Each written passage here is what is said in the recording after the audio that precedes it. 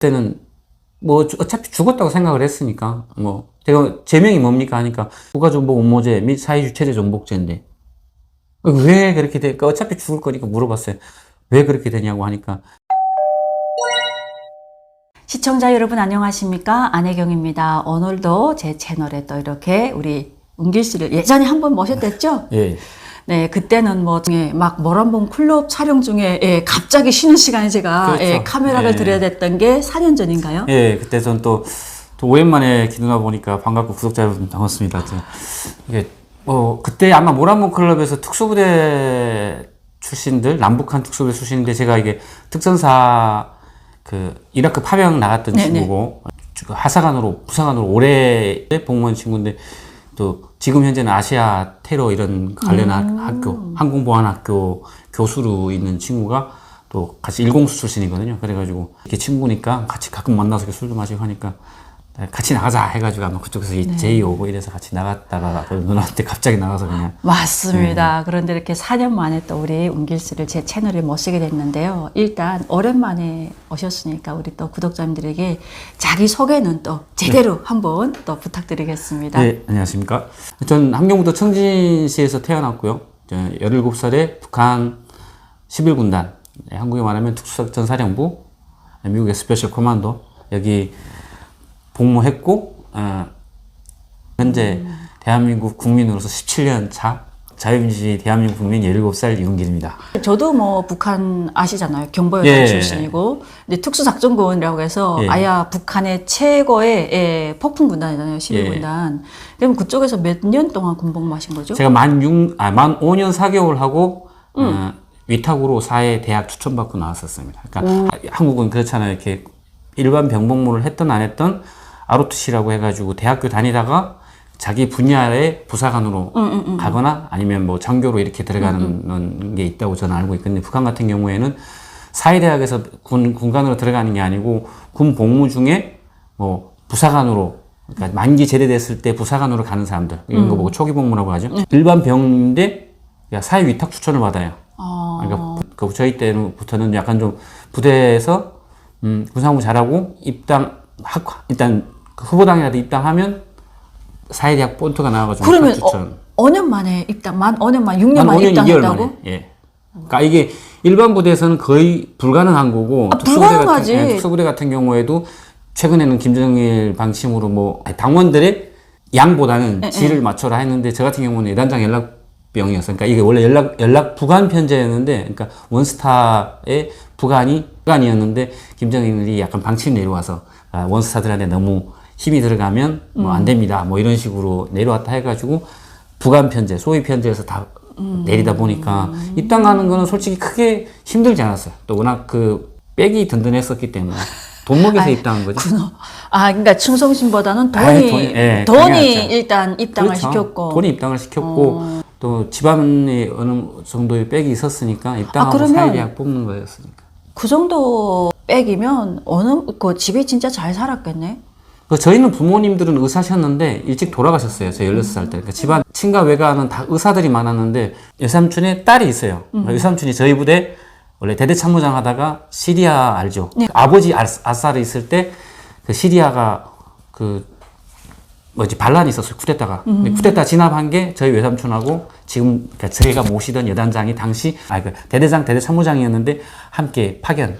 우간다, 루안다 뭐 이런 데 나갈 때 짐바브웨 뭐 이렇게 나갈 때 거의 리비아도 많이 나갔거든요. 근데 외삼촌이 원래 리비아 나갔다가 시리아 그때 내란 있다 하니까 그 진압하는 거 도와주고 시리아 훈장을 받았었어요. 그러니까 그 정도로 하고 하다 보니까 나중에 김정일 대학이라고 하는 인민경제대 갔다가 함경북도 인민위원회 금융국장이라고 아마 돈의 계열상 4위 했는데 문제는 그거보다 더 빽이 센 게 외사촌 누나가 시집을 간 게 청진시 보위부장 며느리로 들어갔어요. 보위부장이면 다 눕히잖아. 근데 청진시 보위부장이 또 누구냐? 고용의 사촌 오빠예요. 김정은. 그러면 그냥 김정은이 최고 권력을 가지네. 예. 김정일이 오촌 삼촌이죠. 오촌 삼촌에 어떻게 보면 내가 며느리 사촌 동생이니까 어떻게 보면 나는 김정은과 사돈의 뭐 한 6촌, 6, 7촌 정도 되죠. 그런 최고의 권력을 가졌는데 그러면 그렇게 대학을 출처받아 가지고 와가지고 그렇게 좋은 환경에서 사실 한국에 탈북할 일이 벌써인가? 없죠. 이유 네. 없죠. 근데 왜 제가 그 대학 수청 받고 와서 아시잖아요. 1년 후에 정당 비선 신청 받아야 되니까.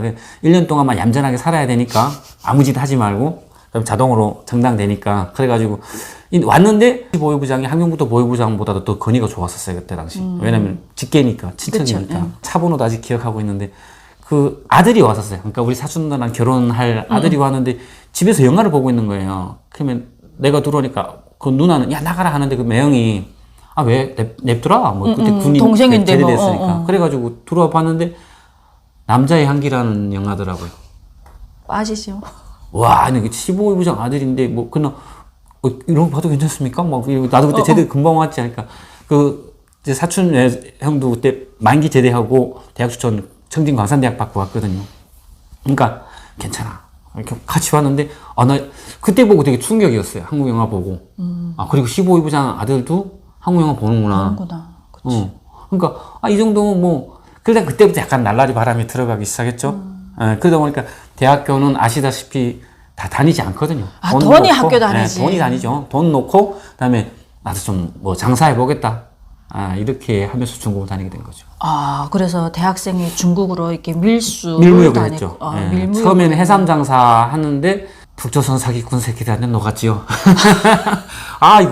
안에다가 막 쇳가루 갈아서 넣은 거예요. 해삼, 말린 해삼 있잖아요. 해삼 안에다가, 안에 쇳가루 넣은 거 모르고, 무게를 맞추느라고. 그걸 가지고 왔다가 가격이 그냥 많이 날아가 버린 거죠.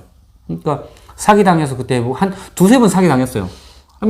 군복무 하다가 왔는데 장사를 뭘 알겠어요. 그러니까 빈털터리가 됐어요.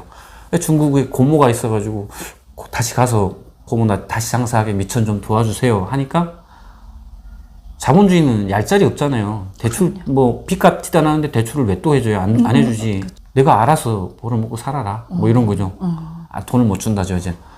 뭐 어떻게 하지 하는 와중에 사촌형 그러니까 고모 아들이 DVD방을 운영했어요. 대여방. 중국에서. 그게 한번 놀러 가자고 가서 보는데 형님이 거기서 한국 영화를 바로바로 다운받는 거예요. P2P 사이트에서 불법 복제하는 거죠. 와 한국 영화 드라마 그때 기억나는 게 올리유 그다음에 오필승 봉순영 이거 불멸의 이순시 막 이렇게 나올 때인데 그걸 바로바로 다운받는 거예요. 이거 돈 되겠는데? 그래 사촌 형한테 가서 형 나 중국 돈은 300원만 달라고 했어요. 200원이었던 거 300원이었던 거. 그래 가지고 그 흥안시장이라고 연간에 가면 중고 CD 파는 게 있어요. 네네. 공 CD 깨끗한 거 50전이거든요. 배가리가 50원이잖아요. 그래서 그 한 4배가를 샀어요.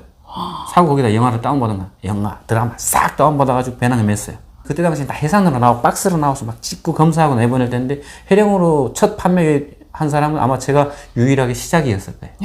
해령이 시내 CDR을 무진장하게 뿌린 게 저였거든요. 근데 이걸로 돈 벌어도 뭔가 성치는 않아요. 그런 와중에 사촌 형이 북한에 있는 국군포로를 이게 또 기가 설계됐죠. 왜? 나는 이 사람은 인도애적 원칙이라든가 무슨 인권 이런 걸 떠나서 유엔 법 이걸 떠나서 일단 2천만 원이라는 돈을 준대요. 큰 돈이잖아요. 북한 사람은 진짜 죽었다 깨어나도 만지기 힘든 돈인데 거대한 장사를 하지 않나. 근데 기가 설계돼가지고 국군포로 잡기 시작했죠. 찾기 시작했구나. 나는 국군포로하고 저기 한국 사람하고 연결해 주는 거였는데.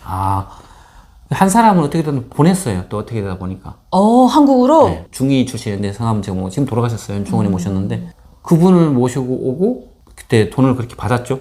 근데 물론 그걸 다 받은 게 아니고 중국 사촌형하고 또 누구 중간에 누구 또 있었대. 앞선 또 있고 앞선 있고. 떼고 나한테 온 게 그래도 한국 돈 한 400만 원 정도 됐어요. 그 돈이라도 어마어마한 거죠. 당시에는 중국 돈으로도 몇만 원 됐었어요. 그러니까 그 돈 가지고 나가서 되게 풍족하게 쓰는데 또 알잖아요. 돈 많으니까 금방 또 술 하시고 막 힘들게 번 돈은 정말 쓰기 힘든데 그런 돈은 그냥 나가더라고요. 그냥 그 국경경비대 애들이 있지. 또 보이부 잡힐까봐 보이부 보이지도 않는데 또 이렇게 조금씩 담배든 뇌물 또 차에다 기름 넣어달라면 기름 넣어주고 그걸 해주고 정진 나가서 또 그 대학교에다가 또 교무과에다가 돈을 주고 또 시험 봐줘 이거 최우등 맞아야 되니까 일단은 다 해주고 보니까 얼마 안 남는 거예요.